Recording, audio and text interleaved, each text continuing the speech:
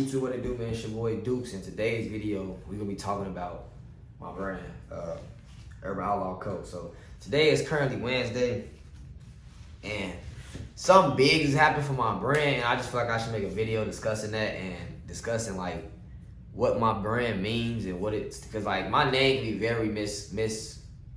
Let's just say that. Like I chose the name Urban Outlaw Co. Well, let's just say Urban Outlaw, because the Co stands for company. It's called Urban Outlaw Company, but I just put it as Urban Outlaw Co. Like CO. Like how you got Hollister and they say Co. Y'all know what I'm talking about. Basically, but I have an LLC. I don't have like a corporation. It's just the name. It's a company. So basically, the name Urban Outlaw can be very much misleading, and when people hear that, they'll be like, "Oh, that's like a negative push. That's like a no, not at all." It's actually the complete opposite. So when I made my brand in 2019, we talked about it. 2020, I made it happen. So in 2020 is when I really started going with it, and like if y'all really been like supporting me and purchasing my merch and all that, y'all will see like I've done a lot in the last 3 years for this brand. I've met famous people from Famous Tay, Arrogant Tay. I met his sister. I've met Dream Doll. I've met Geo. I've met Island Boy. I've met a couple people like with some type of like name for themselves while making clothes and fashion design and stuff like that. And what I will say is this brand was made just to define me as a person. So my original logo used to be me with my hoodie on. It said Urban Outlaw Co. It had the like cargo pants I made at the time. I used to have shoes. I made those. I had that on. It was like an outfit I was wearing. And it was not in my fro. So I made this brand when I had like an afro. So my logo used to be me with a fro.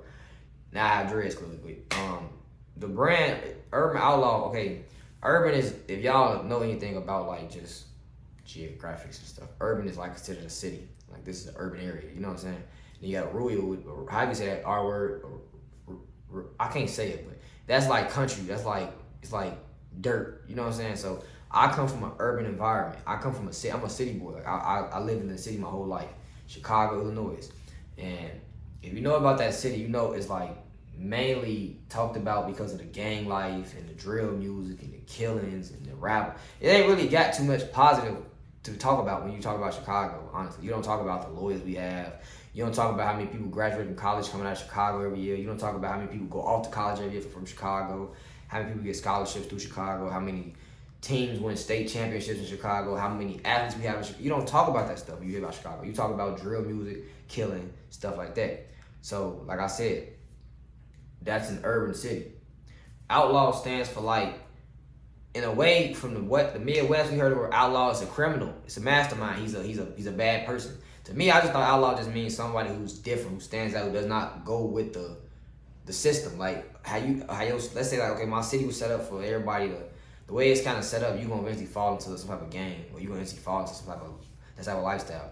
I didn't want that for myself. I never found the passion in gang bang. I never found a purpose in it. So I never really did it. I was an athlete. I was a full-blown athlete. You can ask my mother. You can go back and look me up on YouTube. I've been playing sports since I was 6 years old, bro.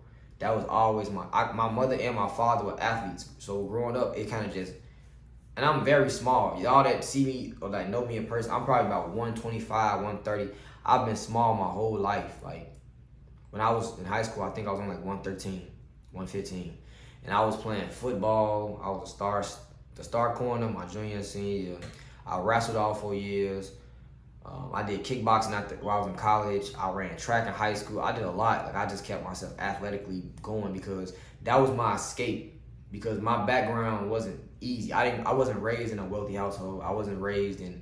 I'm not gonna sit here and just make it seem like life was just perfect. It wasn't. It was terrible in a way, in a sense. But I'm grateful for the shit I went through growing up because that helped me find a passion in what I'm doing now. Because a lot of shit I went through as a kid, it kind of pushed me to this narrative of, like I said, looking at myself as an urban outlaw. I escaped out of something that a lot of people fight to leave every day. Chicago is not somewhere that you really just want to like. As a person, once you like grow up and realize like, I need to see something outside of the city. Once you leave Chicago, it's kind of hard to go back. I feel like if you're really a strong-minded person, because you realize like Chicago can be very amazing, but at the same time, it's a lot of, it ain't even competitive. It's more so like envy. It's a lot of envious people in Chicago, and I don't know why the city like that, because our city's it was actually, I think at the moment, still rated the #1 city in the world. So it's like, that's just off looks. That's not even off the culture, off the environments. We have sport teams that they ain't the best, but they entertaining as fuck. When you go to a game, you're gonna get that vibe that like, I'm entertained. And I just feel like my whole thing about my life is that I escaped the lifestyle that a lot of people expected me to fall into because of where I come from and my color, and my skin, and who I grew up around. You would think that, but it's not really hard to escape that environment, escape that situation. It just really if you want to or not. And I did an interview with my homie. His videos and shit blew up from him like really going into that lifestyle and getting like he's kind of showing you these gangs, and he's showing you these lifestyles they live in and shit. It's like I had an interview on his channel, but it was me talking about how I stood out, how I didn't fall into that category, how I didn't jump into that lifestyle because it was never for me. And that's how me and him became friends. We met in high school, and even then he knew I wasn't no gangbang. Like I just didn't find passion in that shit at all. Like I didn't care for it. I ain't care for the shooting, the fighting. I like the music, but like I ain't never really want to be part of that shit personally. It wasn't that I was scary. I just knew like it's only two ways out of that shit: death or jail. And it's like, or you just outlive it. And that's really like what's crazy is like that third option is so hard to get to. That's like damn near impossible to really get to for real. Especially if you like really one of them people that's like dedicated to that shit. But yeah, back to my clothing brand. Like I looked at myself as Urban Outlaw because I wanted to go to school to become a lawyer, like to help people that I know or people I don't know, just people that was in my same position at some point, like came from poverty, they can't afford a lawyer. Lawyers are expensive, bro. I'm dealing with something right now and I need a lawyer, and it's very expensive. It's very expensive. And it's not easy to find a good lawyer that's for cheap. And most of the time, the good lawyers won't be. That's the whole. A lawyer is like a doctor. You don't want to go to a cheap doctor and you look up and then it fucked you up or something wrong with you, worse with it. You don't want to hire a cheap lawyer and you look up and this case can be beat or they can actually fight for your innocence and they don't want to. Once you pay them, they can stop answering the phone, bro. Lawyers literally will spin you and spin you and spin. I know this, not through my situation, but just off of just knowing people who've been in situations where they need lawyers and they didn't answer them. I grew up watching a lot of my family members be incarcerated. One of my biggest fears in the world is going to jail. I'm not gonna lie to y'all. Y'all think that shit cool. Y'all think that shit fun. I've never been. My father has been in jail most of my life. Majority of my life, my dad was in jail. And the lesson he always taught me was you should never want to see those walls. I was always taught if you end up in the same predicament, if I end up in the same predicament as him, I failed him as a son. I ain't gonna say he failed me as a father, because he did everything in his power, everything he could possibly to keep me out of that box, out of that jail cell. So I never wanted to, like he always convinced me everything in my body, like that ain't for you. You shouldn't be doing that. You better than that. You can do better for yourself than what I did or how I got myself in this. And it just taught me a lot growing up. Like I ain't really look at myself as like a regular dude. I always looked at myself as like an outlaw because I had a father in my life who was trying to, steer me in the right direction and keep me in the right direction. I had a mother that was doing the same. I had family members that was always supporting me. I played sports my whole life, so it's like that's all I knew. When everybody seen me, it was don't mess with him. He coming on for practice. He ain't got shit going on. He ain't no threat for real, nobody. Let him go on about his business. And I used to be respected because I played sports and I was just out the way. I got more respect from that than ever being in the gang. I'm not gonna lie to y'all. I didn't feel like a gang would have helped me in no shape or form because who my father was. It wouldn't even matter to me. Honestly, like it wouldn't have made me no better because my reputation alone from where I was raised at is kind of high because who my father is. So I never really needed to get that validation to be in the gang. You know what I'm saying? And so with that being said, what I will say though is it kind of crippled me later on in life. Like I said, me being an urban outlaw, I tried at a point in time to be a police officer. I ain't gonna lie. I wanted to get into the criminal lifestyle. I wanted to get into like a crime fighting stuff, because I wanted to learn both sides of the ballpark. When you go in the courtroom, you got the public defender that's defending the person, and you got the defendant, the people that's defending like the action, like whatever you be in trial for. The DA, you got them coming in trying to, make this stick on you, and it's like you want to look at both sides because you can't always look at everybody as innocent. And I realized that, like, when you know you've done something, the truth will set you free. A lot of people don't understand that. You got some judge that'll look at you like, okay, he was honest. This is his first time. We gonna give him a break. He know what he did was wrong. He admitted to his wrong. We gonna cut him some slack. Now I'm not saying you're not gonna jail time. I'm just saying how I was raised, the truth will set you free. That's why I have a problem with lying to people. I can't lie. I'm a terrible liar because I feel like I was raised. Ain't nothing cool with being a liar. It's kind of like bad. Lies lead to more lies, and if you can't keep the lie going, you're gonna just eventually get caught. So don't do it. But my brand stands for a lot of shit. If you one of the people that just feel like, okay, I escaped the reality of my, like, okay, in my case, I was the first person out of my daddy kids to graduate from college. My mama kids graduated from college. I'm the oldest out of that too though. Out of my mom kids, I'm the oldest. Out of my dad kids, I'm like a middle child. I have like I have 8 siblings. I just lost a sister last year in August, so that anniversary for that is coming up very soon. And it took me a long time to really get past that. I wear this everywhere I go. This is my sister's Aaliyah Ashes. Rest in peace, Binks. So this alone and like a lot of stuff I've been through alone has like kind of shifted my mindset away from how I used to believe in myself or like even push myself. Like my brand, I kind of fell back off of it for a little bit. But that's why I'm so excited, because today I actually got my brand registered in the state of Georgia. So now all my operations, all my business, all that is coming through here. Like when you look up my name, it's gonna show that I'm a business up in good standing running in Georgia, Atlanta, Georgia. When you look it up, you will see the address, you can find my business name, all that. Everything is legit now. It's been legit, but it was all still registered in Birmingham, which is why I resonated that when I first started this. But I had that. I stayed in I made sure my business was being ran out of Birmingham. That's why I lived there. But I started it up in Chicago. Like I registered through my mother's address because that's what my address was. I was a resident of that state still. I never changed my residency over to Birmingham. So I was living there for school, but my business was technically started in Chicago. So that might be confused, but y'all understand what I'm saying. And basically now that it's here in Georgia, I feel like that's a big step for me because now I can do so much more. I can be taken way more serious now. I've been had a business account. I've been had my Dun & Braxton account started. I've been working on Net 30 accounts, all that. And then I'm gonna start making videos to show how to get y'all business credit booming. Cause it's not hard. And once you learn stuff, once you learn how to be a better business owner, once you learn how to carry your business with like a serious type of what I feel like with businesses, bro, you can't look at a business as like a 1 year thing and it's gonna blow up. Business can take up to 10, 20 years to really get to where you want it to. Because if your skill, like my skill, if your vision of what you see is like my vision, be ready to work, be ready to fail, be ready to try again, be ready for tiring nights, be ready for probably a lot of doubt around you. You have to be strong-minded to be a business owner. I don't care what nobody say. All that, it's a walk in the park shit. Stop letting people lie to you. It's not. It is not. It is not. It is not. It is not. You have to. For one, marketing has changed dramatically in the last 3 years just based off the fact of the COVID-19 stuff happening. And I used to be one of the people that can make a lot of money off the internet, like through the promotions on Instagram. All that stuff changed. It ain't even the same no more to me. Like, you used to be able to pay $5 and you'll get like 100 likes.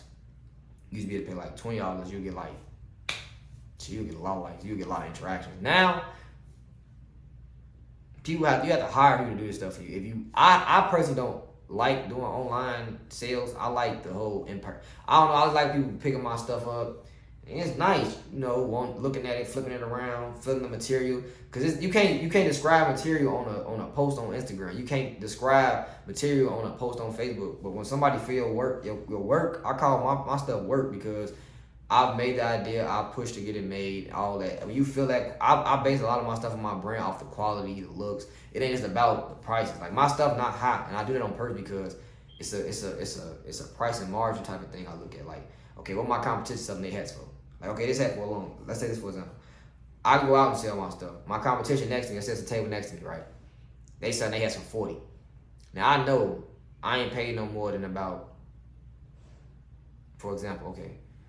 Let's say I get a shirt. I'll pay like $5 for the t-shirt. That's like mid quality. You ain't gonna get no real good shirt for $5.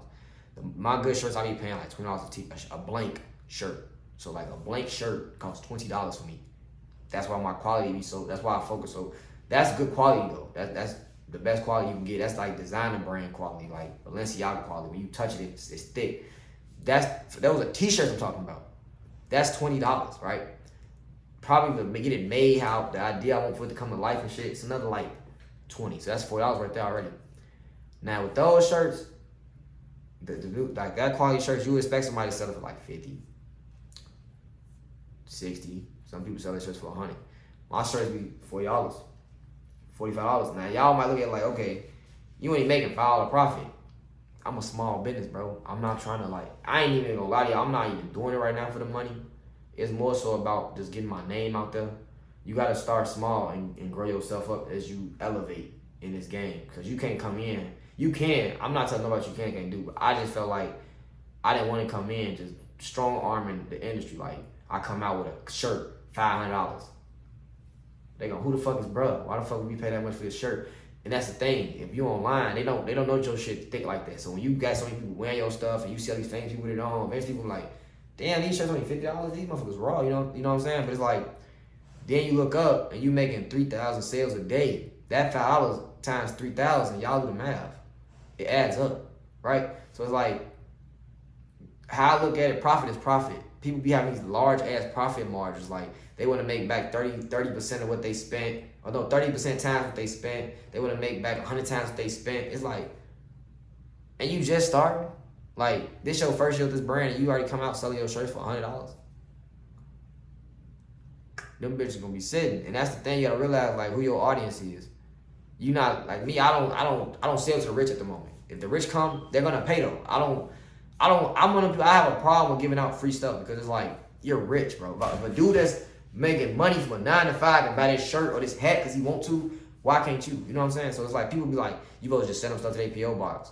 Bro, I will get rich my own way. I will get known my own way. I'm not about to keep sending all the shit that I had to pay my money for to somebody and they probably never wear it. You know how many people I watched on the internet say like I sent you something to my PO box. I sent it to your PO box, and they never wear it. You never see them with it on, and most people then you gotta pay them to wear your clothes.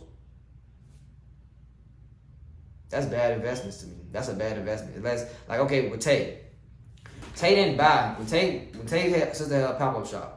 Tay didn't buy nothing off my table. Drain Dog wanted some shorts, but she was so thick I ain't have a size. I ain't gonna lie. That was in real life. Like, little mama got it. But she wanted some shorts, and I ain't have a size, and I was sick because I'm like, damn. I was like, you can't fit a medium. I was really trying to get that sale. She wanted a small, but she couldn't even fit the medium. So I'm like, you trying to eat these shorts? You feel me? Like she was trying to eat them bitches, but she didn't grab it. And then Tay, he ended up like copping a hat. His sister, Maya, she bought a 2-piece set off of me, whoop-de-whoop. And to this day, she has not worn it, but she bought it. So it's like, in my eyes, I treat her like a regular customer. I didn't treat her like a famous person. I didn't treat him like a famous person. Because it's like, your business got to mean more to you than that, just them certain people coming and like, if they really fuck with it, they going to pay for it. It's like, if they going Gucci, they're not going to tell Gucci, I'm arrogant Tay, can I get this hat? They're not going to do that. If you don't have that mindset, like, your brand is up there with them brands already, people going to treat your brand like a little dude, like a little guy. You're down here, buddy. Humble yourself. I am humble. But it's like, you should humble yourself. Why you can't support this black-owned business? Or this, I don't care about black-owned and all that. I do, but it's like, I'm not even going to say that. Why you can't support this business? Because I could be a white dude with the same vision, you know what I'm saying? No offense. I'm not trying to make everything about race, but yeah, I just don't get that. And like, when owning a brand, bro, y'all need to understand, like, this shit is a lot of work. I wouldn't tell nobody who come to me and ask for advice, yeah, it's easy. Go ahead and do it. Now, bro, if you know you're not going to give up your fun, you have to sacrifice a lot of stuff that people in this generation have a problem sacrificing. If you can't go 6 months without spending money on dumb shit, clubbing, females, clothes, and I'm a fashion designer, and I still have to be smart with my spending when it comes to clothes because you don't want to go broke trying to look like you got money and you don't have money. That's just a facade. I look at it like this. I make clothes. I wear my own shit if I go spend $5 on a shirt. Just off the fact that I know I can afford that comfortably right now. I got this ×2 rule. Even re-upping on my clothes. If I'm going to re-up and I'm going to make new stuff, I have to have time. First of all, I have to hit my margin goal, my profit goal. Like with my new hats I just dropped. My new hats, right? I made them, I think it cost me like $25 to make them, right? I'm selling them for $35. That's $10 profit, right? If I sell all them hats, I'm gonna see back. Not lie, I think I only spent like $15 to make them, and I'm charging $35. Yeah, so that's like 3 times what I'm making back 3 times what I spent on it almost, right? And it's like in my eyes, that's fair. That's fair because you got to think about lids. You got to think about all these hat companies. Even the best hats in the world. Like, and I'm talking about baseball cap. This is a truck hat, and I have the dad caps and all that. Ain't nobody spending over $100 on no hat. Nobody, unless it's like a Mary's, Balenciaga, regular baseball caps, and that's the type of vibe I try to get out regular degular. Like, I want it to be calm clothing, like some people just pop on, you know what I'm saying? Show them light. Now, I might get to a point where I up my prices and, you know, price on demand. It just depends on how I'm moving. If I feel like the price I'm at, I'm comfortable making that type of money off what I'm selling, I'm good. I'm not one of them want to bust people's heads, bro. I just, with time, when your materialistic gets, when your materials get better, when your designs get thicker, when they get more broader, when they are more on, like, it's more to it. Like, okay, right now, this hat is a prime example. It's just embroidered, you know, my logo embroidered. There's nothing on the side, there's nothing on the back, there's nothing on the inside, nothing. Don't mind the yellow stain. That's from my hair oil I be using. Shout out 50 Shade Luxury. I be using their hair oil for my dreads. They good people over there. But you need to stop all that doing. You be acting like you be knocked out of here, bro. You don't even be sleep for real. You don't even be sleep for real, bro. He sleep all day, man. That's what I was saying. Yeah, like I just feel like this hat right here, $20 ain't bad. $25 ain't bad. You gonna take this hat, you gonna whoop this motherfucker, right? $20 ain't gonna hurt you though. Versus the person say, yo, this is a $100 hat. Why? What about this hat making $100? Sometimes you gotta be realistic with yourself, man. $20 ain't bad. I just think realistically when it comes to prices. I don't look at it like, people be like, you thinking about the customer too much.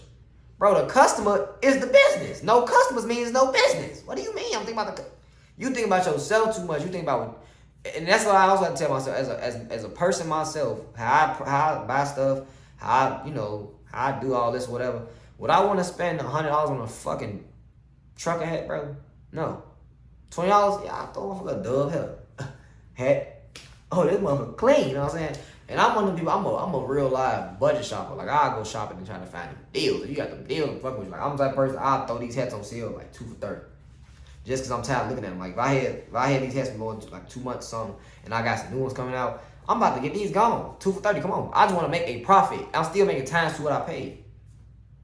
As long as you're not selling it for $15, you made it for $15. If you selling it for $17, you made it for $15, that's a $2 profit. It don't matter, it's gonna add up. You get your money back plus an additional $2. That's profit. That's all the profit margin is. It's additional money to what you already spent on this product. If y'all don't understand that, don't make no business, bro. You don't get that mindset, don't get no business. Y'all be like, bro, you're not making no money. You making $1 off every sale. Plus your money back you used to, I'm just telling y'all how I look at it. I'm not saying I do that, but I'm just saying like, that's how the margin, that's really how like the price margin, like when you do a flash sale, don't drop your shit too low to where it's like, it's under what you paid for. Now you in a hole, you losing money off this sale. You know what I'm saying? Even though people buying it faster, like, okay, if you already started selling stuff for $25, you drop down to $20. That's the sale, right? You only losing $5, but you still making back an extra $5 off every hat you sell, plus your money back. That's a $5 profit, plus your money back. So you can use the money you read up on, or to re-up on your hats off what you already know what you spent, so you know what you're going to have to pay for again. And then everything you profit, you just put that in a safe somewhere, or put that in your account somewhere, just leave it alone. Don't even touch that. That's profit money. Now you can take what you already knew you was gonna have to spend again to get more hats, do it again, do it again, do it again. Just repeat the cycle. That's it. I see a lot of millionaires say this. If you could take one $10 item and sell 10 of them a day, that's $100. You sell $100 a week. How much is that? Or you sell 10? No, you do that 10 times. Let me see how you do the math. Okay, you take $50 hoodie, right? And you sell, I think 10 a day. That's 500 a day. And in 30 days, you done made about,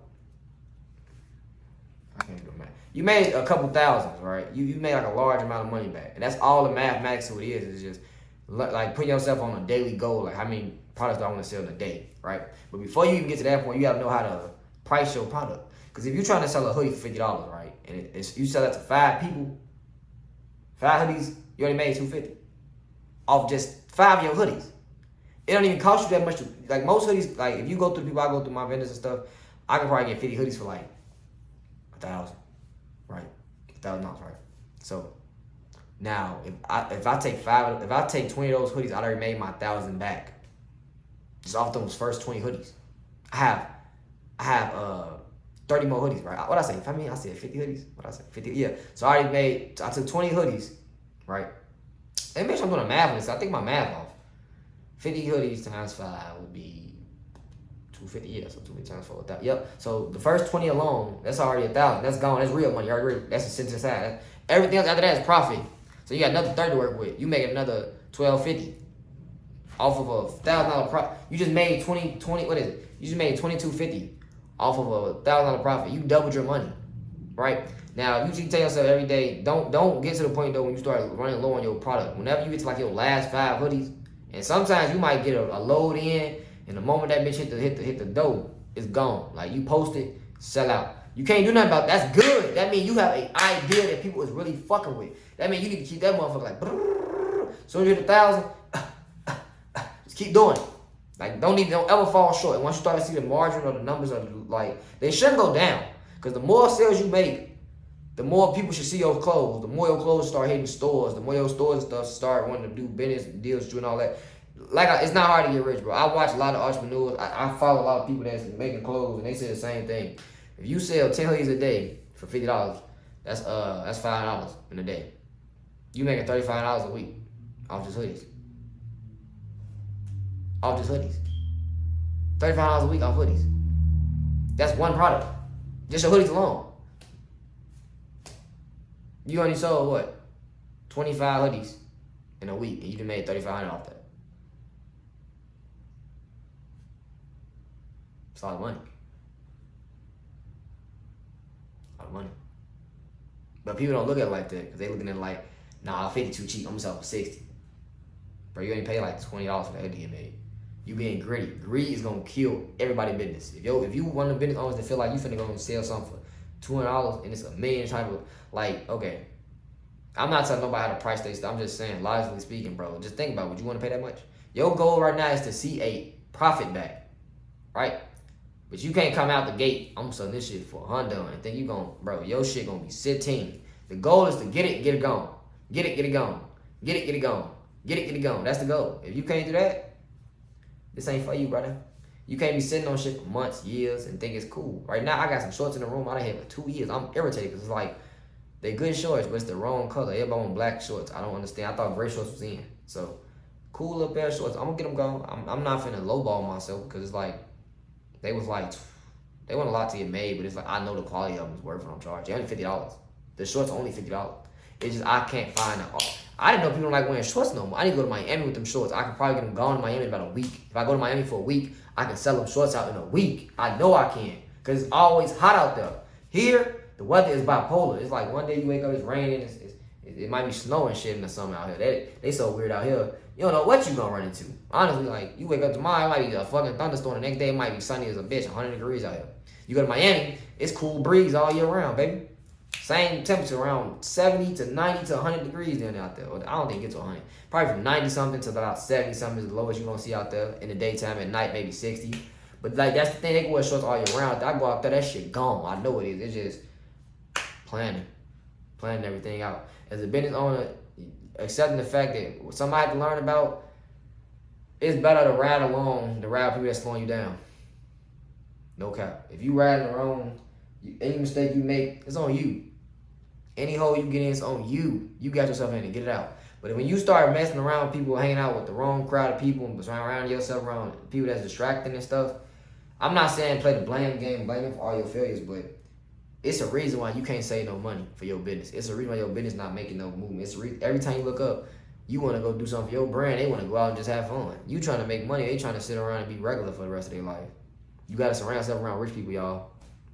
Surround yourself around the same type of people you want to become. If you want to be rich, find rich people to stand around. Even if you can't say nothing in the room with them, just listen. That's really the best thing to do. Listen. This is year 3. This is finna be year 4. This is actually my 4th year. I think yes, 2020. Yeah, this is my 4th year. 2020, 21, 20. Yeah, 1st year. Or 4th year. We done hit 4 years. Yep. So, that's big news for me. And we done actually, I think my anniversary coming up. For when I started it. I believe I started my business in June. So it's gonna be 4 years. It's crazy. It's crazy. That's crazy. And I'm so excited. It's funny. I think I'm gonna I think I'm gonna do something with myself. I might go on a trip. It's worth it. It's worth it. I can afford it. I just feel like, but yeah, if you put yourself in the right crowd of people, you're gonna blow up. But this video getting kind of long. I'm at 30 minutes. Yeah, I'm gonna go ahead and wrap this up. Y'all know the meaning behind my brand, that man, Urban Outlaws, because it's like, in my eyes, if you stand out, if you different, if you came from a very hostile situation, if you came from a very hostile background, and you want to be different, you want to be something better, you want to be a better person for the world, bro, you an Urban Outlaw. You just, well, I mean, if you're from the city too, because you can't be from the country and be an Urban Outlaw. You gotta go to the city life, you know. But yeah, like, if you really like survived your city and you made it out and you doing better for yourself, you doing better for the world itself, you an Urban Outlaw, bro. You know what I'm saying? You did something different, and your crowd of people don't really necessarily see it that way, but you need to see it that way. You are different in every way possible. You did something that nobody else around you thought was possible or didn't care to try, and you stood out and made yourself like a one of one out of that situation. Like, I'm different. I'm not like y'all. But y'all make sure you like and subscribe. Man, this video getting long. I just hit 30 minutes on my first video. It's on the flow. Make sure y'all leave subscribe, man.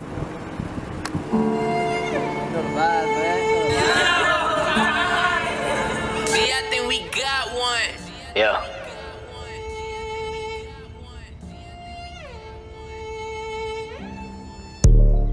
Book a first class flight, slide on me, baby, we could beat it tonight. Everything just right.